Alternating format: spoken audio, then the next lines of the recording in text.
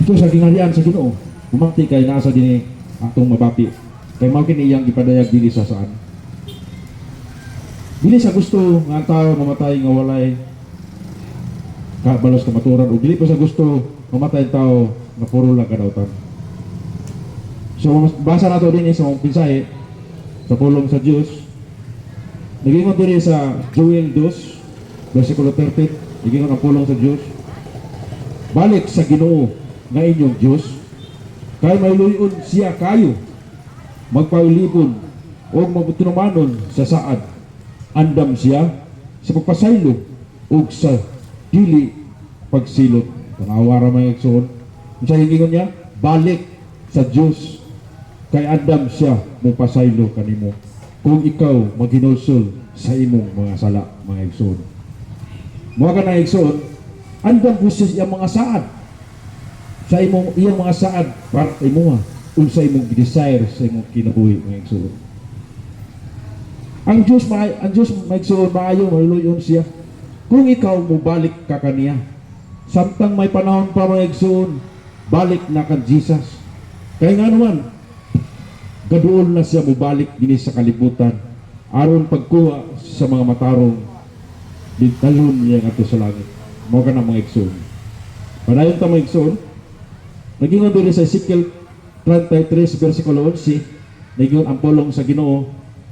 Ingna sila nga ang Ginoong Diyos dili malipay sa kamatayon sa taong dautan. Tanawa ra, mga igsoon.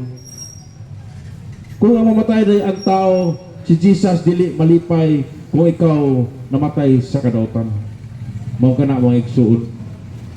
Mo nang magbuhat kitag maayo, mga igsoon, para si Jesus malipay. Padang ta pa sumpay ni, mga igsoon, nagingon diri. Ang ikalipay niya mao ang dautan, mubiya nasa dautan niyang mga buhat aron dili siya mamatay.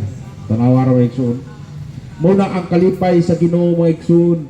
Kung mubiya ka sa mga dautan, mga buhat, mo ka na ang kalipay sa Ginoo aron dili ka mamatay sa mga buhat nimo dautan. Kaya ang sala man gud, mga igsoon, kung kanunay ka nagpatuyang dahil lang mabasa sa Bible, kaya ang bayad sa sala mao ang kamatayon. Mao lang ang iyon si Jesus dire. Malipay, ang kalipay niya mao ang dautan, mubiya na sa dautan niyang mga buhat. Awara. Muna ang kalipay sa Ginoo kung ikaw nagbiya ka na sa imong mga buhat nga dautan. Kung mapadayon ka lamang sa pagbuhat og dautan, nagingon sa Roma 6:23, kay ang bayad sa pagkasala mao ang kamatayon. Tanawa ra, mga igsoon. Kung sige ka lang di padayon, ang bayad di ay kamatayon. Mabay sumpahan ni, mga igsoon, barenta. Yun, busa hunong na kamo sa pagpagkasala, kay nanong tuyuan man ninyo ang kamatayon o katawhan sa Israel. Tanawa ra. Ngun sa Ginoo, hunong na sa imong pagkadautan, sa imong pagkasala. Kay mo nagiingon ako sa imo, ang bayad sa sala mao ang kamatayon. Yun si Jesus, hunong na, ayaw na si palabi sa imong pagkadautan, kay dili siya malipay.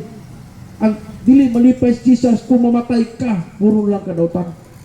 Muna yung dumi pagkain si Diyos, igsoon, gusto siya ikaw mamatay puno sa kaalam sa pulong sa Diyos, kay gusto niya tuwa ka sa iyang tilang, mga igsoon. Dili siya malipay nga mamatay ka nga tuwa sa kadautan. Mao ka na, mga igsoon. Padayon ta, mga igsoon, tingnan rin sa Lucas 5 versikulo 32.